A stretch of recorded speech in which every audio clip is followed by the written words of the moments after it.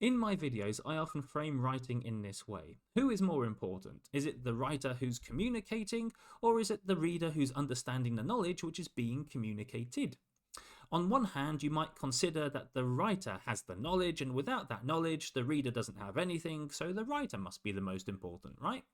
However, I think it's common sense that in today's competitive world for legal and business services, if the reader pays for knowledge or pays for writing that they can't understand, well, then the knowledge which is being communicated in that bad writing is worthless.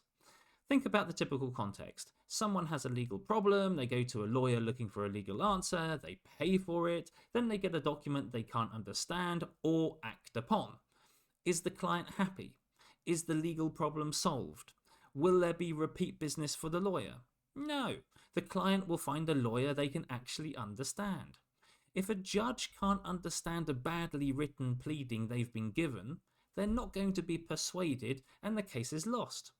If a prosecutor receives a complex letter from a legal professional and the prosecutor is not persuaded or just doesn't understand what's going on, then the case is lost. If a client receives legalese they can't understand, the client changes where they do business.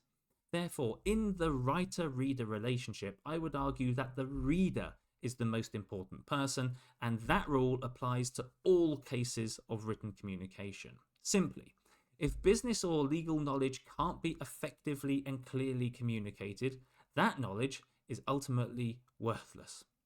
That's why you should always think about the reader first when you're writing, what the reader wants, and the way your writing meets the reader's needs.